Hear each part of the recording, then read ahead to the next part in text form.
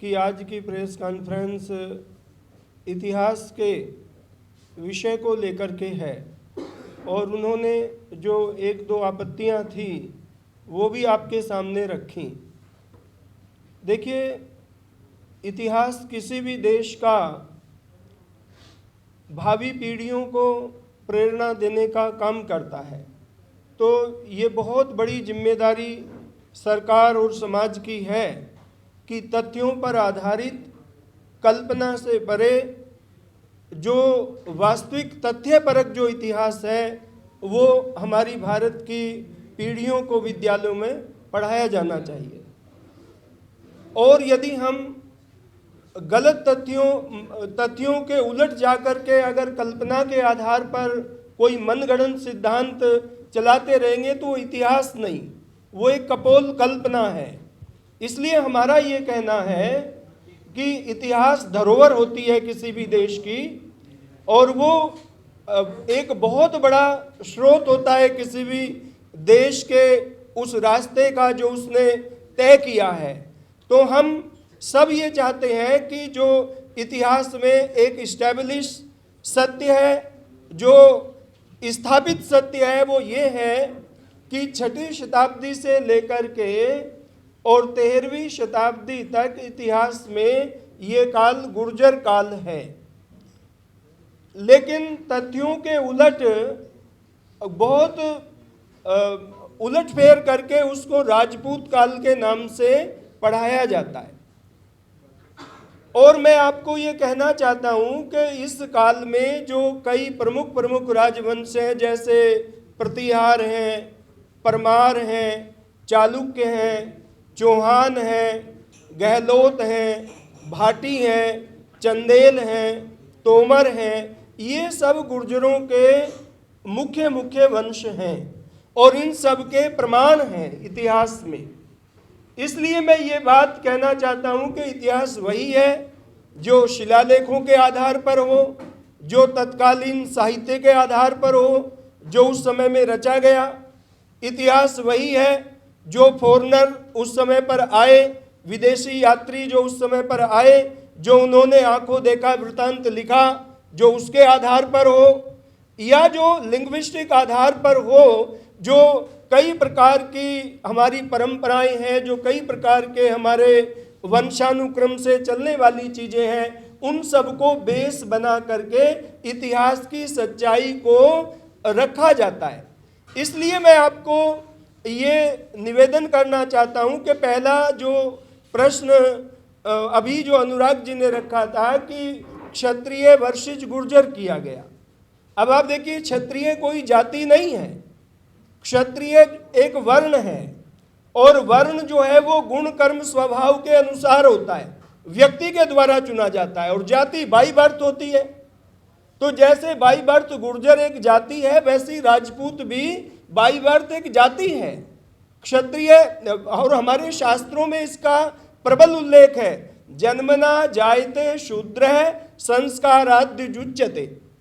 शास्त्र कहते हैं कि जन्म से तो सभी शूद्र होते हैं, पर संस्कार से मनुष्य द्विज बनता है। द्विज का अर्थ है ब्राह्मण, क्षत्रिय और वैश्य। वो संस्कार के द्वारा ही बनता है, नहीं तो अगर संस्कार न हो, वो योग्यता और गुण संपादित ना हो, तो वो शूद्र ही रहता है, चाहे वो ब्राह्मण के घर में पैदा हुआ हो। आप देखिए, मनुस्मृति में आता है, ये 10वें अध्याय का 65वां श्लोक है मनुस्मृति का। उसमें दिया, शूद्रो ब्रह्मणतामेति ब्रह्मणश्चैति शूद्रताम क्षत्रिय जातमेवंतु विद्याद् वैश्यास्तथैव च। इसमें कहा गया कि अगर कोई शूद्र भी गुणी हो जाता है और वह योग्यता संपादित करता है तो वो ब्राह्मणत्व को प्राप्त कर लेता है, ब्राह्मण वर्ण में गिना जाता है। और ब्राह्मण भी अगर विद्यादि गुणों से हीन हो जाता है तो वो भी शूद्र वर्ण को प्राप्त कर लेता है। तो ये जन्म पर नहीं बल्कि कर्म पर आधारित वर्ण व्यवस्था थी। अब उस वर्ण व्यवस्था को अगर आप जाति पर थोपेंगे तो वर्ण का सारा महत्व जो है वो समाप्त हो जाएगा। और उस आधार पर तो और भी कई जातियां, जो पैमाना आप लेकर चलते हैं उस आधार पर तो उस पैमाने से तो गुर्जर भी क्षत्रिय में ही आ जाते हैं, पर वो पैमाना क्षत्रिय का नहीं है। क्षत्रिय का पैमाना गुण कर्म स्वभाव का है। गीता, मैंने मनुस्मृति का प्रमाण दिया, गीता में भी इस बात को स्पष्ट कहा, चातुर्य वर्णम मया सृष्टा गुण कर्म स्वभाव से, कि चारों वर्ण जो रचे गए हैं वो गुण और कर्म के आधार पर ही बने हैं। अब गीता भी यही बात करी। आपस्तंभ धर्म सूत्र है, आपस्तंभ धर्म सूत्र प्राचीन ऋषियों के सूत्र है, उसमें भी बिल्कुल यही बात कही गई कि जब व्यक्ति उत्तम उत्तम कर्म करते हुए गुणों को प्राप्त करता है तो वो उच्च उच्च वर्ण को प्राप्त करता जाता है, और जब वो पतन के कार्य करता है, गुणों से रहित होता है, तो निम्न वर्ण को प्राप्त होता जाता है। तो जो हमारी गुण कर्म स्वभाव पर आधारित वर्ण व्यवस्था है, उस पर वो कोई जाति नहीं है। आज आप उसको जाति बता रहे हैं, और सरकार भी ये गलती कर रही है कि वो क्षत्रिय वर्सेज गुर्जर कर रही है। क्षत्रिय वर्सेज गुर्जर नहीं है, ये गुर्जर वर्सेज राजपूत है। एक तो इस बात का नोटिस लिया जाए, हम इस बात को स्पष्ट करना चाहते हैं। दूसरी बात मैं ये कहना चाहता हूं कि जो इतिहास में गुर्जरों का कार्यकाल है, प्रतिहार सम्राट मिहिर भोज, ये प्रतिहार डायनेस्टी के 9वीं शताब्दी के बहुत ही प्रतापी सम्राट हैं, और इस वंश को गुर्जर प्रतिहार ही सब रिकॉर्ड में ये दर्ज है। आज से नहीं, अंग्रेजी जमाने से, जब से शिलालेख मिले, खोज हुई, पुरातत्व विभाग ने इस पर काम किया, तो वहाँ पर सब जगह और दुनिया की सब यूनिवर्सिटी में उसको गुर्जर प्रतिहार के नाम से ही जाना जाता है। ऑक्सफोर्ड यूनिवर्सिटी में जब बीएन पुरी ने इस पर पीएचडी की 1957 में, तो वहाँ भी उन्होंने उसका शीर्षक ये रखा, गुर्जरा प्रतिहारा, गुर्जर प्रतिहार। आज भी आप पुरातत्व के संग्रहालय में चले जाओ, वहाँ भी गुर्जर प्रतिहार ऊपर उस पर लिखा हुआ है। तो ये गुर्जर प्रतिहार इस वंश की, डायनेस्टी की पहचान है, जो शिलालेखों में अंकित है, उसे मिटाया नहीं जा सकता। कल आप कहोगे कि स्कंदगुप्त और समुद्रगुप्त के सामने से गुप्त हटा दो, चूंकि गुप्त एक जाति भी है। अब आप कहोगे कि गुप्त हटा दो, तो स्कंद के नाम से कोई जानेगा और समुद्र के नाम से कोई जानेगा? उन सम्राटों को आज स्कंदगुप्त, चंद्रगुप्त कहा जाता है, और चंद्रगुप्त मौर्य के नाम से उस डायनेस्टी की पहचान है। तो ये डायनेस्टी का नाम है, उस डायनेस्टी के नाम को आप मिटा नहीं सकते। और ये नाम क्यों पड़ा? ये नाम इसलिए पड़ा चूंकि उनका ओरिजिन उस समय गुर्जर था, उसको सब आसपास के जितने भी राज्य थे वो गुर्जर कहकर ही संबोधित करते थे। आप देखिए, दक्षिण में 300 सालों तक जो लगातार एक राष्ट्रकूटों की सत्ता चली, जो कर्नाटक के राष्ट्रकूट थे, और कन्नौज में और उत्तर भारत में इधर प्रतिहारों की सत्ता थी, बंगाल में पालों की सत्ता थी उस समय। तो राष्ट्रकूटों ने अपने शिलालेखों में उनको स्पष्ट गुर्जर ही कहा, और इसी तरह से पालों ने भी उनको गुर्जर कहा। और पाल और राष्ट्रकूट ही नहीं, जो विदेशी यात्री आए उन्होंने भी उनके देश को गुर्जर देश और उनको गुर्जर कहा। अब विदेशी राइटर भी कह रहे हैं, जो उनके पड़ोसी राज्य हैं जिनसे उनकी संघर्ष चले शताब्दियों तक, वो भी उनको गुर्जर कह रहे हैं। और प्रतिहारों के 2 शिलालेख हैं, एक तो राजौरगढ़ का शिलालेख, उसमें प्रतिहारों को स्पष्ट रूप से प्रतिहार से पहले गुर्जर शब्द लिखा हुआ है, जो 960 ईस्वी का शिलालेख है राजौरगढ़, जो अलवर जिले में राजस्थान में पड़ता है। तो उसमें गुर्जर प्रतिहार स्पष्ट रूप से अंकित है, और उसमें यह भी कहा गया कि गुर्जर यहाँ राजा तो है ही, चूंकि वो माथन देव का शिलालेख है, जो वहाँ का राजा था, जिसके लिए लिखा परम भट्टारक महाराजा धीराज परमेश्वर माथन देव, और वो कन्नौज के गुर्जर प्रतिहार महिपाल का सामंत था। महिपाल मिहिर भोज के पौत्र थे, सम्राट महिपाल का सामंत ये अलवर का राजा था। तो इस प्रकार से वहां उसके लिए गुर्जर प्रतिहार शब्द का स्पष्ट प्रयोग है। और प्रतिहारों की एक शाखा, जो दूसरी शाखा है, जिसके हरिराज एक शासक हैं, और वो कदवाहा का शिलालेख है, वो वहां मठ में दीक्षा लेने जाते हैं। दीक्षा ग्रहण करने से पहले जो मठ का साधु है जो धर्मगुरु है वो वहाँ उनके वंश का, उनके गोत्र का और जाति का उल्लेख किया गया है। आप देखिए उस अनुष्ठान में वहाँ लिखा गर्जत गुर्जर मेघचंड, उनको गरजने वाला, जैसे मेघ गरजता है, मेघ के समान गरजने वाला गुर्जर कहा गया है। और प्रतिहार गोत्रम, वहां कहा कि प्रतिहार गोत्रम की, इसका जो गोत्र है वो प्रतिहार है, वहां प्रतिहार स्पष्ट रूप से गोत्र अंकित है। और वहां क्या कहा, नृप चक्रवर्ती। नृप चक्रवर्ती तो हिस्टोरियन कहते हैं कि चक्रवर्ती टर्म जो है वो कन्नौज के प्रतिहारों की थी। इस चक्रवर्ती टर्म से ये ज्ञात होता है कि ये कन्नौज के प्रतिहारों की ही शाखा है, क्योंकि चक्रवर्ती सब राजा नहीं लगाते हैं। अब वो कन्नौज के प्रतिहारों की शाखा होने के कारण ही चक्रवर्ती टर्म का प्रयोग करते थे। ये इपिग्राफिया ऑफ इंडिया में स्पष्ट रूप से ये चीजें सब दर्ज हैं। ये पुरातात्विक सच्चाई है जो मैं आपके सामने प्रकट कर रहा हूं। और देखिए गुर्जरों का जो उल्लेख है, अगर आप देखो तो पुलकेशी का जो शिलालेख है 7वीं शताब्दी के पूर्वार्ध में, उसमें स्पष्ट वर्णन आया कि उसने मालव और गुर्जरों पर विजय प्राप्त की। और जो ये विजय प्राप्त की तो वहां स्पष्ट रूप से गुर्जरों शब्द का प्रयोग हुआ है बहुवचन का। आजकल कुछ लोग सच्चाई बताने की अपेक्षा सच्चाई को छिपाने का पर इतनी ताकत लगा रहे हैं, वो इस गुर्जर जाति को, जो करोड़ों लोगों की जाति पूरे उत्तर भारत में फैली हुई है, दक्षिण में भी महाराष्ट्र तक फैली है, और भी ये इस उपमहाद्वीप में अपना मजबूती से वजूद रखती है, आज उसको असिद्ध करने में लगे हुए कि गुर्जर तो कोई जाति थी ही नहीं। जबकि शोध करके जो बड़े बड़े हिस्टोरियन हैं उन सब ने इस बात को, इन तथ्यों को स्थापित किया। और अब इस बात पर जोर दिया जा रहा कि गुर्जर तो एक देश का नाम था। भाई गुर्जर देश का नाम था तो वो गुर्जरों के अस्तित्व से पहले कहां था, जरा बताना, कौन सी बाउंड्री थी उसकी, कहां पर था वो? जहां जहां गुर्जरों ने अपने राज्य कायम किए वही जगह गुजरात बनती चली गई, गुर्जर देश बनते चले गए, गुर्जर मंडल बनते चले गए, गुर्जर भूमि बनते चले गए। उन्हीं देशों की संज्ञा जो है गुर्जर देश बनती चली गई। और ये ऐसा नहीं है, वो क्षेत्र पाकिस्तान में भी आते हैं जो गुर्जर देश कहलाते थे, वहां भी आज गुजरात जिला है। इसी प्रकार से गुजरात भारतवर्ष में एक प्रांत का नाम है। कभी जो है पंजाब का ये इलाका जो पाकिस्तान में गया है, वो भाग जो है वो गुजरात कहलाता था, गुर्जर देश कहलाता था। सहारनपुर भी 18वीं शताब्दी में गुजरात कहलाता था, ग्वालियर गुर्जरगढ़ कहलाता था। इसी प्रकार से बहुत सारे गुजरात जहां जहां गुर्जरों की टेरिटरी थी, और ये गुर्जर भूमि, गुर्जर मंडल, ये उनकी टेरिटरी के लिए प्रयोग होता था। और उनकी उपाधियां क्या थी?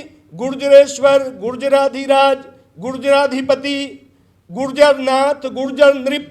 अब आप देखिए भड़ोच का जो शासक था दद्दा, हर्षवर्धन के जमाने में, उसके शिलालेख में, शिलालेख क्या कोपर प्लेट है उसकी, तो उसमें स्पष्ट लिखा है गुर्जर नृपति वंश, गुर्जर नृपति वंश लिखा है उसको स्पष्ट रूप से कि उसका जन्म गुर्जर नृपति वंश में हुआ।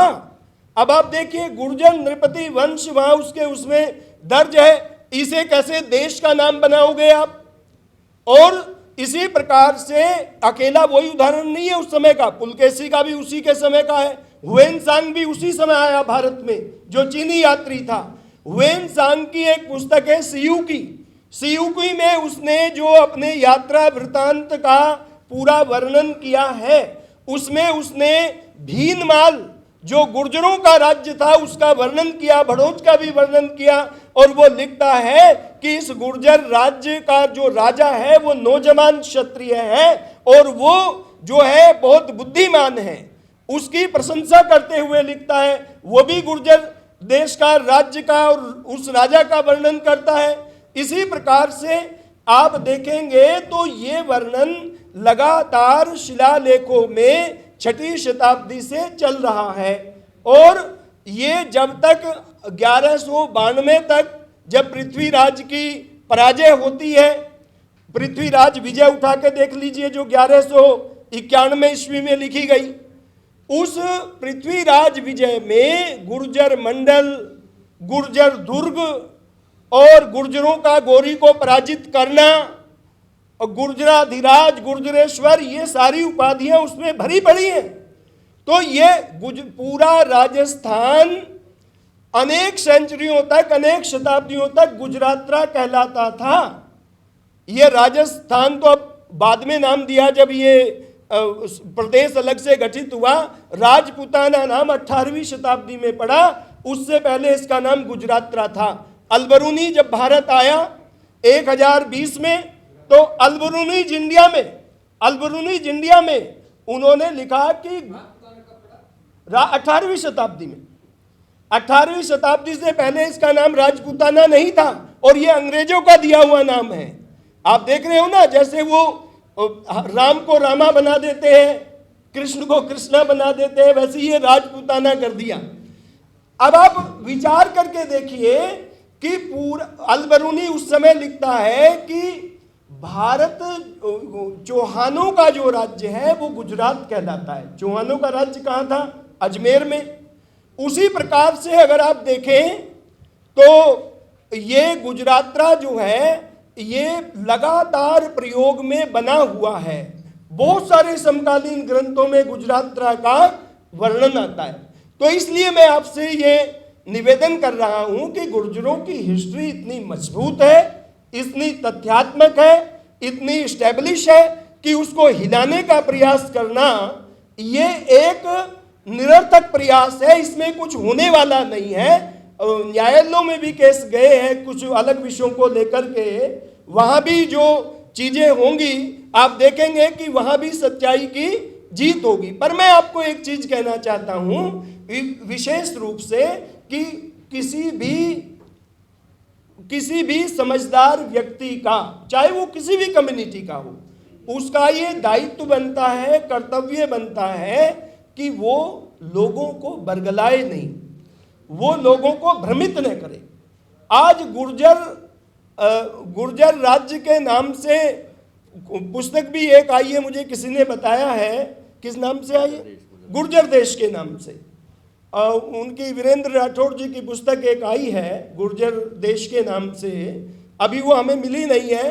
तो उनका भी एक ये नैरेटिव रहता है कि भाई गुर्जर देश ही था, जाति नहीं थी, ये कोई कम्युनिटी नहीं थी। हमने भी वो पुस्तक मंगाई है, मिले तो उसका भी पूरे तथ्य आपके सामने हम रखेंगे, पूरा उसका विश्लेषण करेंगे ताकि सच्चाई लोगों को पता चले। क्योंकि ऐसे समय पे ये चीजें भ्रम फैलाती हैं और भ्रम फैला करके वो नौजवानों को बरगलाते हैं कुछ लोग। कई लोग ऐसे हैं जो लोगों को कहते हैं कि भाई अगर सच्चाई पर सब लोग आग्रह रखें, सत्यान्वेषी बने, तो ये बिना वजह के व्यर्थ के विवाद जो हैं ये सब रुक सकते हैं। इसलिए मेरा ये निवेदन है कि हम सब, आप पत्रकार बंधुओं का भी, समाज के सब नागरिकों का भी, सरकारों का भी, सबका ये कर्तव्य बनता है कि सच्चाई को रखें और जो गलत तथ्य हैं, जो दुराग्रह है, जो हट और दुराग्रह से बातें कही जा रही हैं, उनको नकारें। ये हमारा पक्ष है। अब आपको इसमें कुछ अगर पूछना है, कोई प्रश्न करना है तो आप पूछ सकते हैं। आप ये कह रहे हो कि ना अक्षत्रिय शब्द का इस्तेमाल किया है। हाँ जी। उसमें जो सरकार ने सूचना भेजी पत्रकार को, उसमें तो कहीं कमेटी जोड़ इसमें मेंशन है नहीं, ये आपको अलग से भेजा कुछ? नहीं, उसी में प्रयोग किया हुआ है, जो उसी में प्रयोग किया हुआ अंदर। हाँ जी। तो हमारा कहने का अभिप्राय यही है कि वो प्रयोग उस रूप में ना करके, राजपूत एक जाति है, उसी नाम से वो पहचानी भी जाती है और वो क्षत्रिय वर्ण है, क्षत्रिय जाति के अंतर्गत नहीं आता। उसमें देखिए आज जो ट्रेंड होकर के, शस्त्र विद्या में पारंगत होकर के जो सीमा की रखवाली कर रहे हैं, जो सुरक्षा का काम कर रहे हैं, वो चाहे किसी भी जाति के हों, वो सब क्षत्रिय हैं जो वहां काम कर रहे हैं। ये क्षत्रिय ऐसा नहीं है कि नाम मात्र से ही कोई क्षत्रिय बन जाता है। तो ये जो जन्मजात एक मिथ्या अभिमान वाली बात है। मिथ्या अभिमान को हम त्याग करके योग्यता परक जो गुण कर्म व्यवस्था है शास्त्रों में जिसका विधान है, ये मनुस्मृति रखी है, इसमें आपको प्रमाण दिया है, ये गीता का प्रमाण हमने आपको दिया है, आपस्तंभ जो सूत्र हैं उनका प्रमाण मैं आपको दे रहा हूं। तो ये सारे प्रमाण जो हैं हमारे पास है प्राचीन ग्रंथों के, इसलिए हम कोई बात बेस रहित नहीं कह रहे हैं। ये हमारा पक्ष है। हमने पृथ्वीराज चौहान पर भी कहा था, पृथ्वीराज चौहान के भी सारे तथ्य हमने रखे थे कि वो भी गुर्जर वंश का सम्राट है, पृथ्वीराज चौहान भी इसी प्रकार। चूंकि चौहान, चालुक्य, परमार, प्रतिहार और जो गहलोत हैं। अब देखिए, मैं एक छोटा सा प्रमाण आपको देना चाहता हूँ। लोगों को सच्चाई से कैसे वंचित रखा गया। एक दक्षिण के राष्ट्रकूटों का एक शिलालेख है, नीलगुंड शिलालेख। तो नीलगुंड का जो शिलालेख है उसमें ये लिखा गया है कि जो दक्षिण का शासक था उसके बारे में लिखा कि उसने चित्रकूट के गिरि दुर्ग में बसने वाले गुर्जरों को हराया। अब चित्रकूट के गिरि दुर्ग में कौन से गुर्जर बसते थे? बप्पा रावल के वंशज, यानी कि चित्रकूट की गहलोत फैमिली गुर्जर थी। स्पष्ट रूप से उसमें लिखा है उनको गुर्जर। और इसी प्रकार से ये वंश पहले वल्लभीपुर से आया था। बप्पा रावल के पिता जो नागादित्य थे वे वल्लभीपुर के शासक थे और ये मैत्रिक वंश था। इसको हिस्टोरियन ने उस समय जगह जगह गुर्जर ही इस वंश को पूरे को माना है और बाद में भी इनके लिए गुर्जर शब्द का यहाँ पर प्रयोग हुआ शिलालेख में। अब शिलालेख का प्रमाण है, इसे कैसे काटेंगे? अब मैं एपिग्राफी ऑफ इंडिया का आपको प्रमाण दिखा देता हूं, जिसको जरूरत है वो आप देख लीजिए। नीलगुंड शिलालेख में इसका उल्लेख है। तो आपको आपत्ति क्षत्रिय शब्द से है, राजपूत शब्द से, आपत्ति किससे? हमें आपत्ति नहीं है। वो हो क्या रहा है कि एक मिथ्या अहंकार का दौर चल रहा है। उसमें ऐसा दिखाया जा रहा है कि कोई एक वर्ग को क्षत्रिय दिखाया जा रहा है, बनाम गुर्जर किया जा रहा है। अरे उस आधार पर तो गुर्जर भी क्षत्रिय है। अगर आप करना चाहते हो तो जो जातीय व्यवस्था उसके आधार पर ही इसको रखा जाए। हमारा उसमें केवल यही कहना है कि क्षत्रिय वर्ण है, क्षत्रिय को इसमें मत घसीटो। क्षत्रिय एक बहुत व्यापक टर्म है, वो किसी एक जाति तक सीमित नहीं है, वो योग्यता पर आधारित है।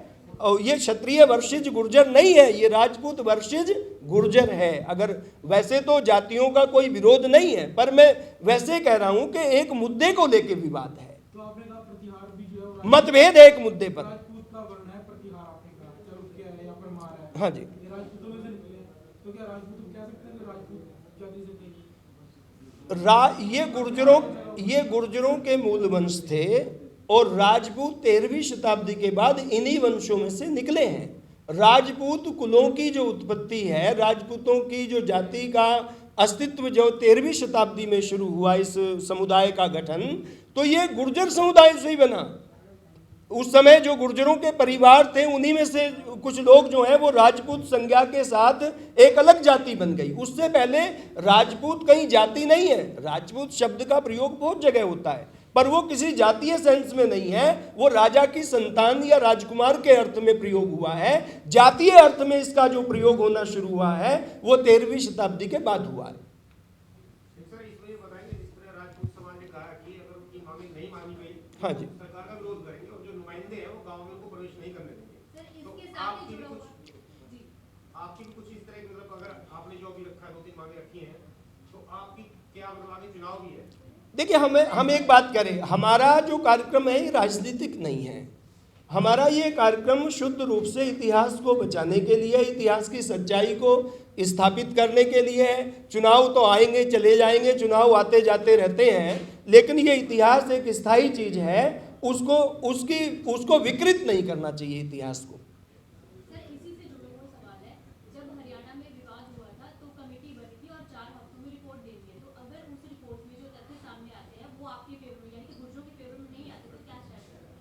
नहीं, गुर्जरों के पक्ष तथ्य तो सारे जितने भी फैक्ट हैं, जितने भी शिलालेख हैं, जितने भी प्रमाण हैं, सब गुर्जरों के ही हैं। बाकी तो तथ्य आएंगे कहाँ से? नया इतिहास तो बनेगा नहीं। जितने भी ये एपिग्राफी ऑफ इंडिया है उसी से तो सारी चीजें आएंगी। तो वो तो सारे सब में गुर्जर दर्ज है उस सब में। तो इसलिए मैं आपको सबको ये निवेदन कर रहा हूं कि अब कोर्ट की जो व्यवस्था है, हम सब एक समाज में रहते हैं और सभ्य समाज का दायरा है कि वो न्याय व्यवस्था का सम्मान करें। हम सब न्यायपालिका का सम्मान करते हैं। अगर हम उससे कहीं ऐसा लगेगा कि हम संतुष्ट नहीं है तो हम आगे अपील में जाएंगे, वो एक अलग बात होती है। बात वो नहीं है, हम कोर्ट के उस पर कोई भी मतलब अविश्वास नहीं करते। हमारा कोर्ट पर पूर्ण विश्वास है, पूरा भरोसा है, वो बात नहीं है।